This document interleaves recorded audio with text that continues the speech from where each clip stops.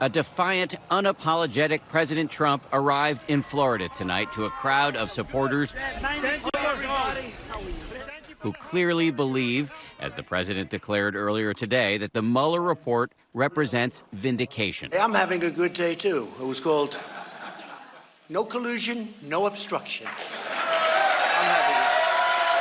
But the 448-page report paints a far more complex and potentially damaging picture.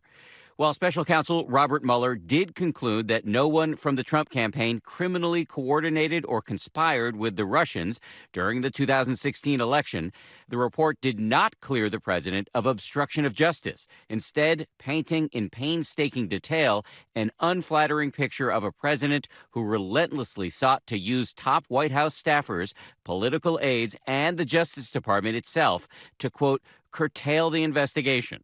This report demonstrates that many stories the president said were fake news were actually 100% true. And that's not some reporter making it up. That's his White House counsel telling prosecutors. That's his communications director telling prosecutors that things he was denying were true.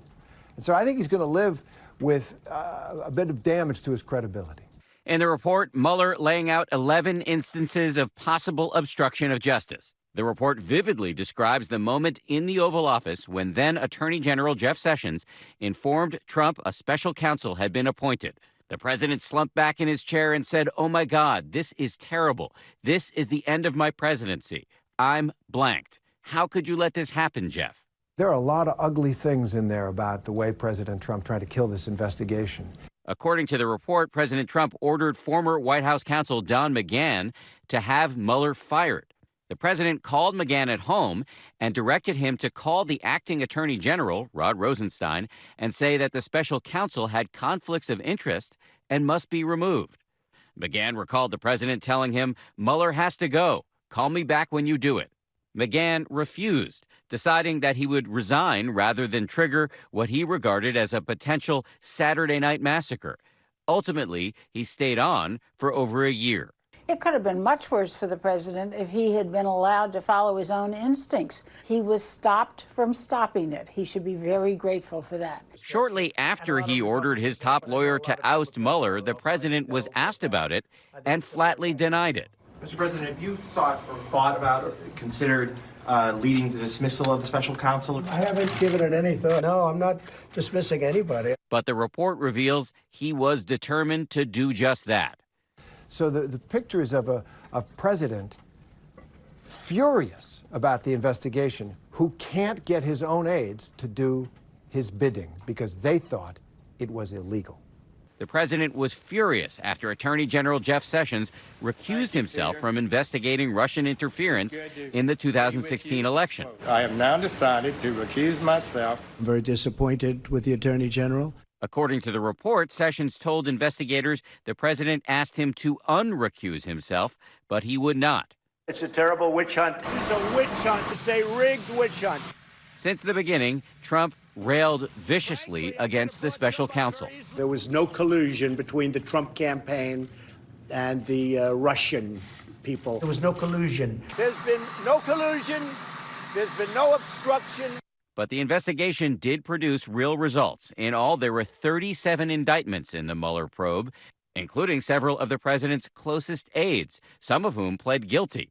The bottom line for most Americans, I think, is whether or not the conduct described in this report by the president is criminal or impeachable, it's revealing. It reveals his character as president, how he sees the office, how he exercises the power. Robert Mueller was appointed to investigate Russian interference in the 2016 elections. And while the report shows that Team Trump did not conspire with the Russians, the investigation also identified numerous links between the Russian government and the Trump campaign. The Russian contacts consisted of business connections, offers of assistance to the campaign, invitations for candidate Trump and Putin to meet in person. The campaign relished messages that Vladimir Putin's forces were using to try to sway the election, and the Russians knew it. Russia, if you're listening, I hope you're able to find the 30,000 emails that are missing. According to Mueller, the Russian intelligence service, the GRU, was listening. Within approximately 5 hours of Trump's statement, GRU officers targeted for the first time Clinton's personal office. Donald Trump said publicly on many occasions, we want to see those emails. And in fact, soon after he said it the first time, we saw the emails, and they were extremely damaging to Hillary Clinton. Mueller's team says the president's aides and his family also worked to spread the fake news Russia had posted on social media. But Mueller concluded that there was no evidence that these people knew they were promoting Vladimir Putin's handiwork. On Twitter tonight, the president again lashing out against the special counsel, tweeting, "I had the right to end the whole witch hunt if I wanted. I could have fired everyone, including Mueller, if I wanted. I chose not to. I had the right to use executive privilege. I didn't."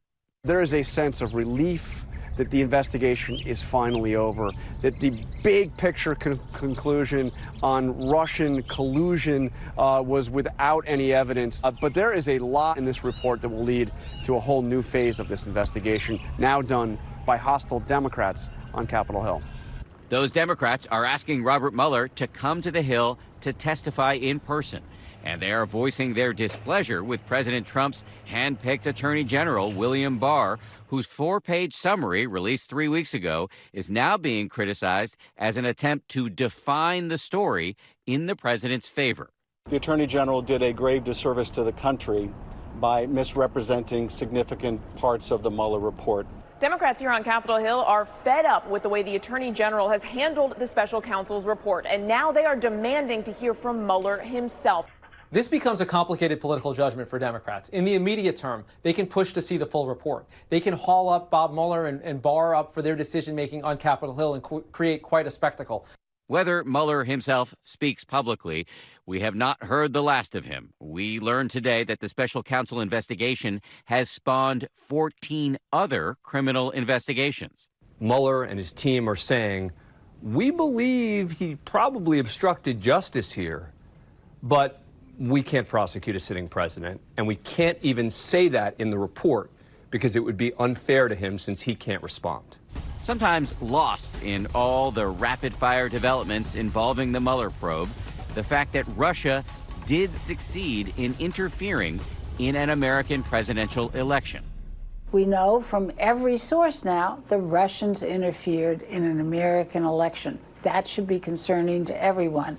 How will today's developments affect President Trump's political standing in this deeply divided country? People who hate Donald Trump found lots of new reasons to hate him in this, and people that love Donald Trump kind of expected a lot of what was in this. So it is a day that feels climactic and anticlimactic all at the same time. I think we learned today that an independent counsel was allowed to conduct his work and sought the truth as much as he humanly could. The work of the independent counsel is something that I think everybody can feel good about. And one final note here, GMA will have the very latest on the Mueller report first thing tomorrow morning. Hi, everyone. George Stephanopoulos here. Thanks for checking out the ABC News YouTube channel. If you'd like to get more videos, show highlights, and watch live event coverage, click on the right over here to subscribe to our channel. And don't forget to download the ABC News app for breaking news alerts. Thanks for watching.